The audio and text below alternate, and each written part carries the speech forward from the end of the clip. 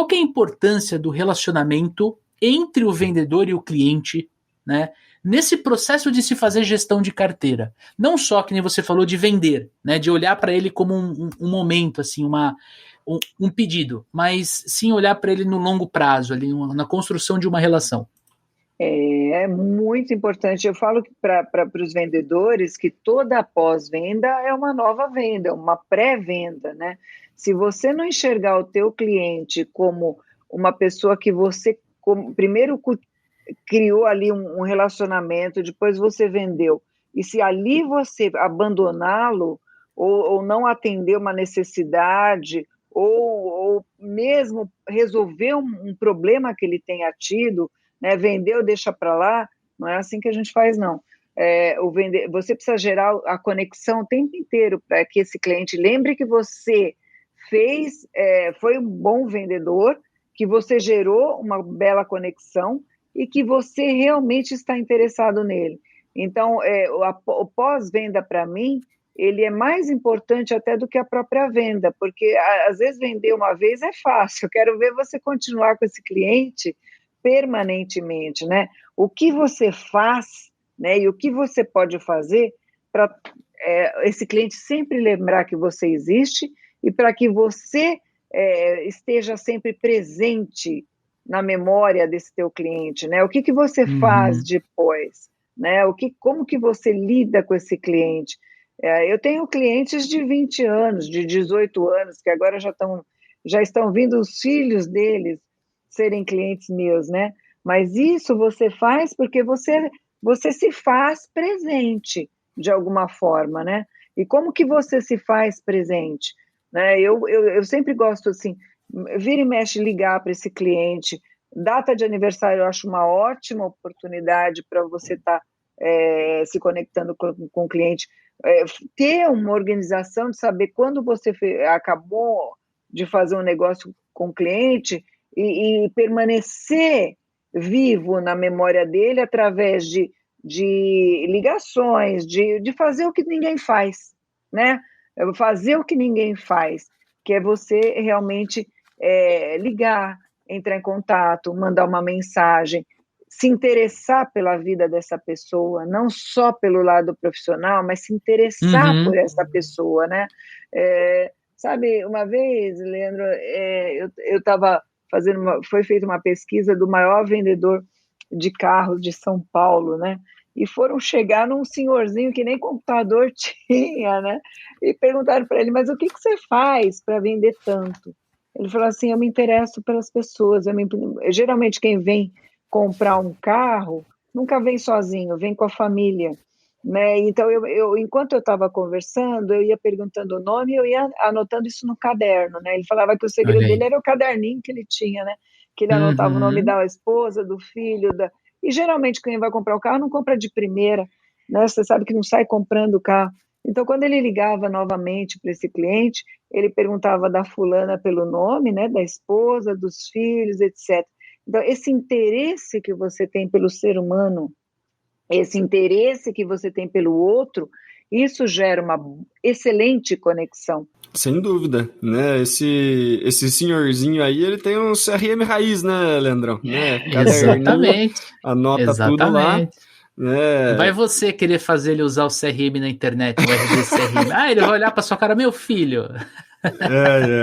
Mas o que a Vivi estava falando é super importante, né? Porque o que eu percebo muito nos vendedores, né, é uma vontade muito grande de vender, uma baixa vontade de se relacionar.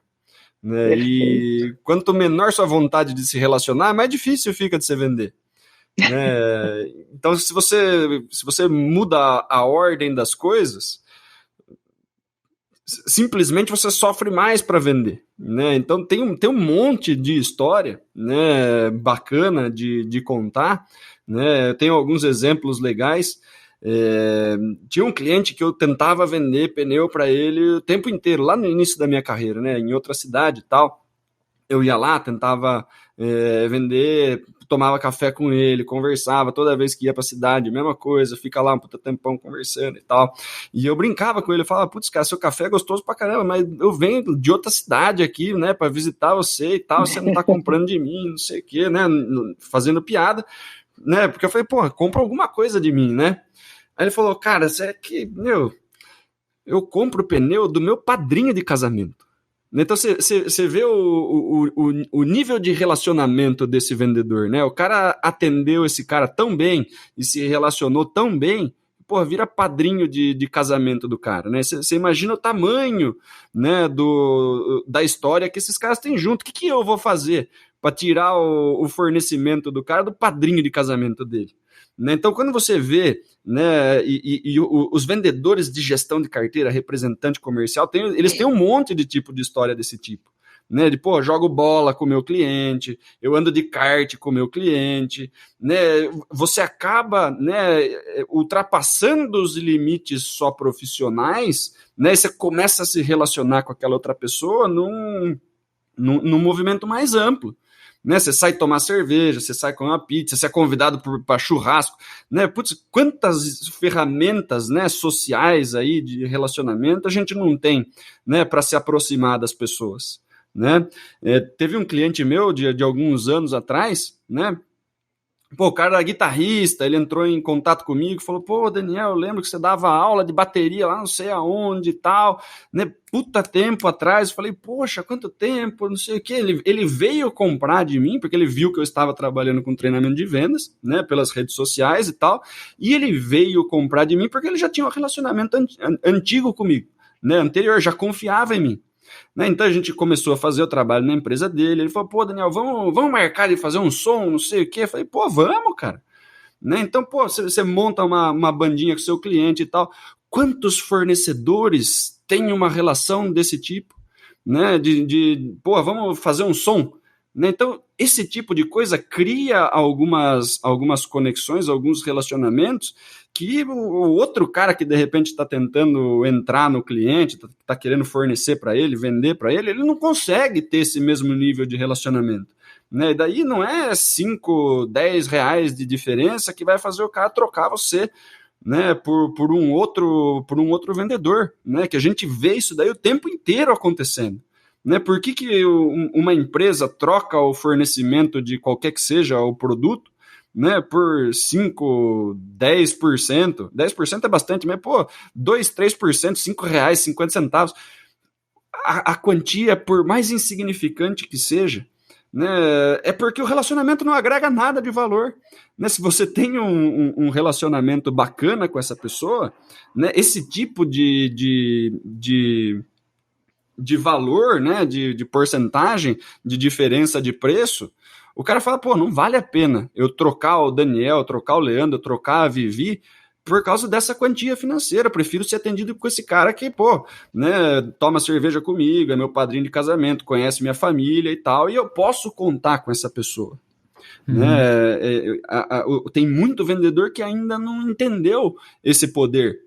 Né? Quando você se relaciona bastante com o cliente, e aí a importância de você se relacionar assim com todos os seus clientes, não só com seus clientes bons. Né? Porque tinha um cliente meu daquela mesma época, ele não comprava muito. E eu atendia ele super bem. Eu tenho certeza que os outros representantes, os outros vendedores, não davam tanta atenção para aquele cara, porque ele tinha uma lojinha pequena, ele comprava pouco. Né? Mas o que acontecia? Quando ia concorrente meu lá, o que ele fazia? Ele passava a mão no telefone e falava assim, Daniel, vem tomar um café aqui, tô com uma tabela de preço do seu concorrente, vou tirar um xerox para você, passe aqui para você pegar. Então assim, além do o cara, pô, tabela de preço mais barata, né? Então além dele receber o meu concorrente ali, ver que o preço está mais barato, ao invés de ele usar isso para falar, ó, Daniel, você vai ter que fazer esse preço aqui para mim, não, tô a tabela de preço do seu concorrente para você ter informação de mercado para você trabalhar. Olha a importância de você se relacionar bem com um cara que é pequeno, né? Esse cara me dava informação valiosíssima para eu trabalhar o restante da minha carteira. Né? E por quê? Porque eu me relacionava bem com ele. Ele podia comprar do outro ali por 3, 4% mais barato. Né? Mas ele não só não comprava desse cara, como abria as informações do cara para mim, né? Então, esse tipo de relacionamento, ele traz algumas outras vantagens que às vezes a gente não está esperando. Eu gosto de pensar também, né, que o relacionamento com o cliente, ele é uma construção, é uma construção constante de reputação. Né? Então, se você, fazendo uma conexão com o nosso episódio anterior, quando você está montando tua carteira, você está prospectando o cliente ou ex-cliente da empresa, enfim, você está abordando, você está se conectando, você quer trazer o primeiro pedido, desde esse primeiro ponto até quando você se torna amigo do seu cliente, quando você descobre um problema que ele tem, uma dificuldade que você tenta ajudar, nem relacionado ao seu produto ou ao seu serviço. Quantas vezes a gente, aqui nós três, a gente não ajudou um cliente a resolver um problema que não fazia parte do nosso produto ou serviço, mas a gente fez por quê? Pela relação, pela reputação que o cliente tem pra gente e a gente tem pra com ele. Assim, vamos ser sinceros, nós três aqui, o amigo ouvinte, se a gente fala assim, quem é teu melhor cliente? Todo mundo lembra. Quem é teu pior cliente? Todo mundo lembra também. Por quê? Porque são os extremos, né? Eu amo atender aquele cliente XYZ. Se ele me ligar, eu paro para falar com ele e tudo mais. E eu detesto atender aquele cliente que eu preciso, ele me ajuda a bater meta e tudo mais, né? Então eu acho que o relacionamento ele é uma construção de reputação. E aí, curtiu esse conteúdo que você acabou de assistir? E se eu te falar que tem muito mais no nosso episódio lá do Papo de Vendedor? Exatamente, esse trechinho foi tirado de um episódio maior que tem um link aqui na descrição. Fica o meu convite para você ouvir no Spotify ou assistir no YouTube, porque sim, o Papo de Vendedor está oficialmente no YouTube. Tamo junto, forte abraço, boas vendas e sucesso!